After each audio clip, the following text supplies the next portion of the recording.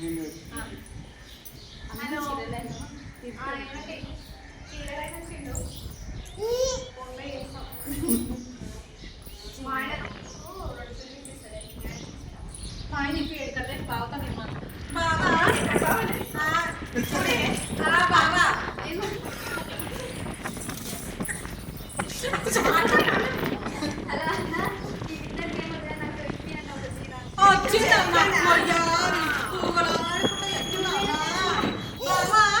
ఎప్పుడు అడగలేదు, ఇప్పుడు కొత్తగా అడుగుతున్నా బాబా. పండుగకు చీర ఉండామని చూస్తున్నా. అక్క చీర పట్టుకున్నది, నాకు ఒక్క చీర ఇప్పి బాబా.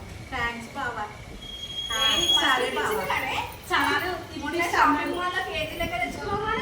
కేజీలు సన్న చీరలు. నాకు ఈ చీర అయితే బాగుంటుంది. చూడు గుడ్డు గుడ్డు పువ్వులు పువ్వులు ఎంత బాగుంది.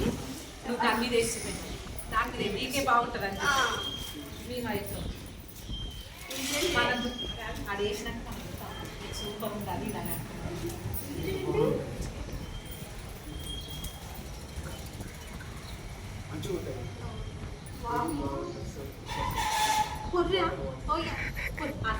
అట్లా పోయి చీరలు మొత్తం పట్టుకోవాలి.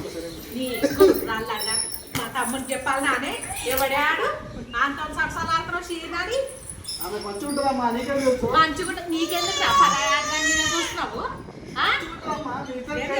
మరి మాట దానికి ఒక్కదానికి వేస్తున్నావు. నువ్వు లడ్డు పొట్ట పెద్ద ఎందుకు వేస్తావే? వేసేది చీరలు తెచ్చినోడు వెయ్యాలి. దానికా ఎందుకు వేసినావు? మీకు పిచ్చోళ్ళమా? అనువాన్ని మరి అవి రెండు అట్లా సరసాలు నీకేం పుట్టి నా మీద పడుతున్నావు? నాకు ఈ చీర ఏమో కొట్లాడు. ఈ చీర కావాలి. నాకు ఈ చీర కావాలి తమ్మి.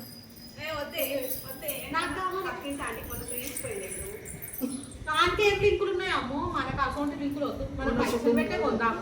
నీకేం పుట్టిందిరా? ఇద్దరు బొమ్మని అన్ని పట్టేసుకుంది. కాదా బైరవి పాడుకావు?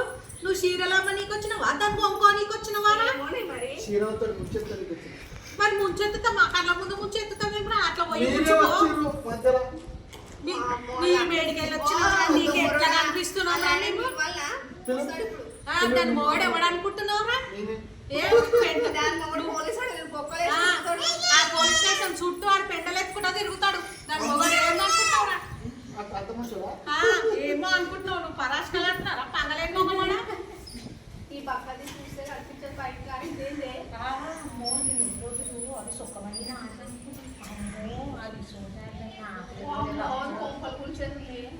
దాని మొగలి పక్కకి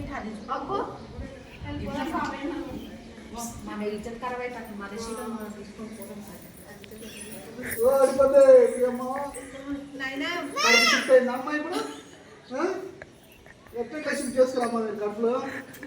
ఇక ఇది అతి కడుపుతా తెరిచి ఇక్కడ దేరా. నేను అప్పుడే చెప్పినాగా తీసుకుంటాను. ఇష్టపాటు లేకపోతే నాన్న పైసలు ఇవ్వకపోతే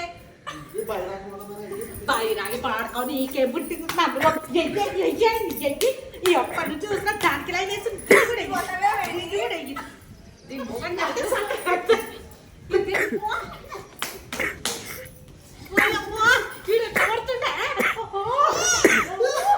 పాడుకో. మా ఇంటికి వచ్చి పనులు కొడుతున్నాడు ఈ ఆడిదేగా.